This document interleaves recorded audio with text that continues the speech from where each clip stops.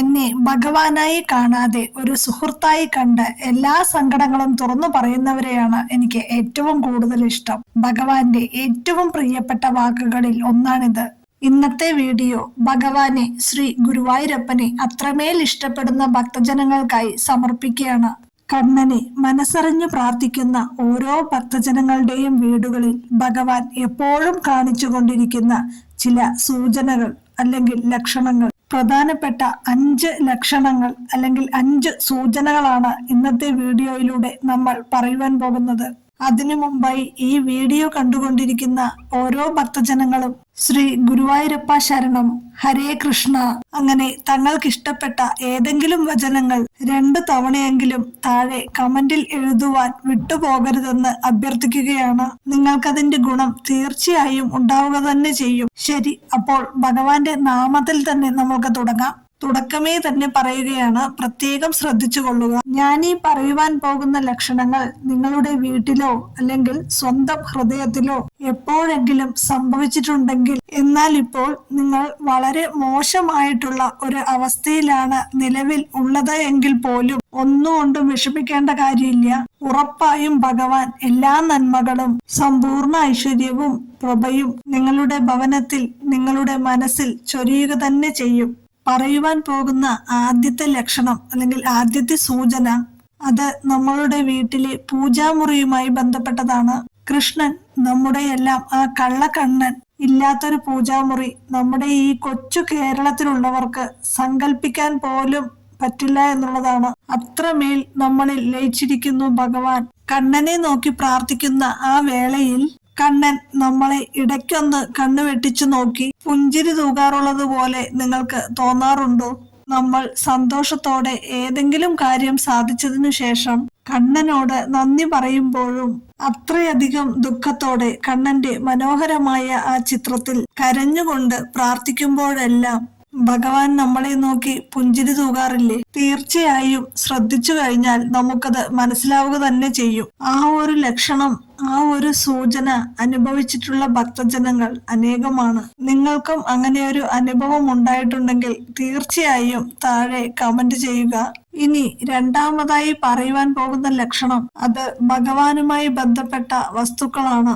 അത് മഞ്ചാടിക്കുരുക്കളാകാം, ഓടക്കുഴലാവാം, മയിൽപ്പീലികളാവാം. ഇവയെല്ലാം തന്നെ വളരെയധികം ഭദ്രമായി നമ്മൾ സൂക്ഷിച്ചു വെക്കാറുമുണ്ട്. മിക്കപ്പോഴും അത് പൂജാമുറിയിലോ ഭഗവാന്റെ ചിത്രത്തിനരികിലോ ഒക്കെയാവും വെക്കാറുള്ളത്. അതിൽ മയിൽപ്പീലിയുടെ കാര്യം പറയുകയാണെങ്കിൽ തീർച്ചയായും നിങ്ങൾ അത് ഭഗവാന്റെ ചിത്രത്തിനരികിൽ മാത്രമേ കൂടുതലായും വെക്കാവൂ എന്നുള്ളതാണ്. ഇനി നമ്മൾ മുമ്പേ പറഞ്ഞതുപോലെ തന്നെ പ്രാർത്ഥിക്കാൻ നേരത്തും കണ്ണനോട് പരിഭവം പറയുന്ന വേളയിലും വളരെയധികം ശാന്തമായിരിക്കുന്ന ഒരു അന്തരീക്ഷമാണെങ്കിൽ പോലും, പ്രത്യേകിച്ച് കാറ്റോ മറ്റുള്ള കാര്യങ്ങളോ ഇല്ലാതിരിക്കുന്ന അവസ്ഥയാണെങ്കിൽ പോലും, ആ മയിൽപ്പീലി, ചിത്രത്തിനരികിലുള്ള ആ മയിൽപ്പീലി താനെ അനങ്ങുന്നതായും കാറ്റിൽ ആടുന്നതായും നമുക്ക് കാണുവാനായി സാധിക്കുന്നു. ഭഗവാൻ ആ സുന്ദരമായ മയിൽപ്പീലിയിൽ തലോടി പോകുന്നത് പോലുള്ള ഒരു അനുഭൂതി, ആ ലക്ഷണം, ഒരു സൂചന നമുക്ക് ഇടയ്ക്ക് കാണുവാനും അനുഭവിച്ചറിയാനുമായിട്ട് സാധിക്കുന്നു.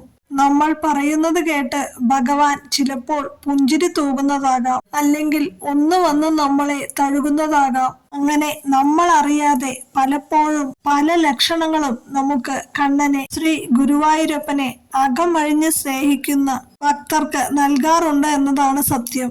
അതിൽ പ്രധാനപ്പെട്ടതാണ് ഇന്ന് നമ്മൾ ആഗ്രഹിച്ച കാര്യങ്ങൾ നാളെ നടക്കുക. നമ്മൾ എന്ത് ആഗ്രഹിക്കുന്നുവോ, എന്ത് ആഗ്രഹിച്ചിരുന്നുവോ, അത് ചെറിയ കാര്യമാവാം, വലിയ കാര്യമാവാം, അത് ഉടനെ തന്നെ നമ്മുടെ അരികിലേക്ക് വന്നെത്തുക. ഇതെല്ലാം ഭഗവാൻ നമ്മളെ അത്രമേൽ പരിഗണിക്കുന്നുണ്ട് എന്നതിന്റെ സൂചനകളാണ് അല്ലെങ്കിൽ ലക്ഷണങ്ങളാണ്. ഇനി പറയുവാൻ പോകുന്ന കാര്യം നമ്മുടെ കൂട്ടുകാർ പ്രത്യേകം ശ്രദ്ധിച്ചു കൊള്ളണേ.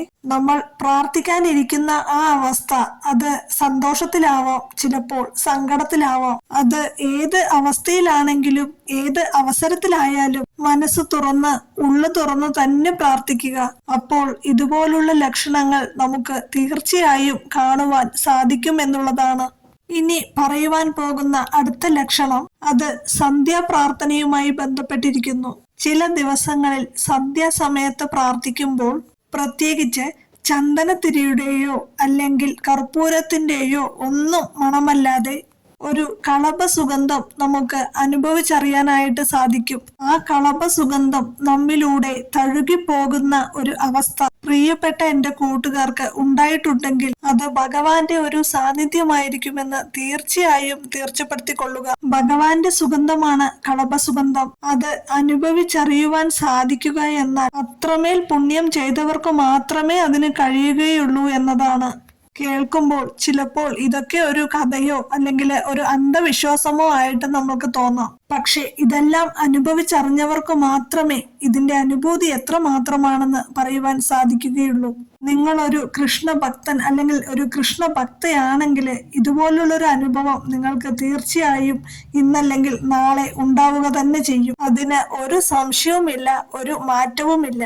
ഇനി പറയുവാൻ പോകുന്ന മറ്റൊരു ലക്ഷണം അത് കൂടുതലായും നാട്ടിൻപുറങ്ങളിലും മറ്റുമാണ് കൂടുതൽ നടക്കാറുള്ളത് എന്നതാണ്. നമ്മുടെ വീട്ടിലോ അല്ലെങ്കിൽ പറമ്പിലോ ഒക്കെ ആയിട്ട് ഒരു പശുക്കുട്ടി അതിഥിയായിട്ട് എത്തുകയാണെങ്കിൽ തീർച്ചപ്പെടുത്തിക്കൊള്ളൂ, ആ വീട്ടിൽ സർവ ഐശ്വര്യവും സമ്പൽ സമൃദ്ധിയും ഉണ്ടാകും എന്നതിന്റെ സൂചനയാണ് ഭഗവാൻ നൽകുന്നത്. ആ പശുക്കുട്ടിയെ ആട്ടിപ്പായിക്കാതെ അതിനെ തലോടുകയും ഭക്ഷണം എന്തെങ്കിലും നൽകുകയോ ചെയ്യുക.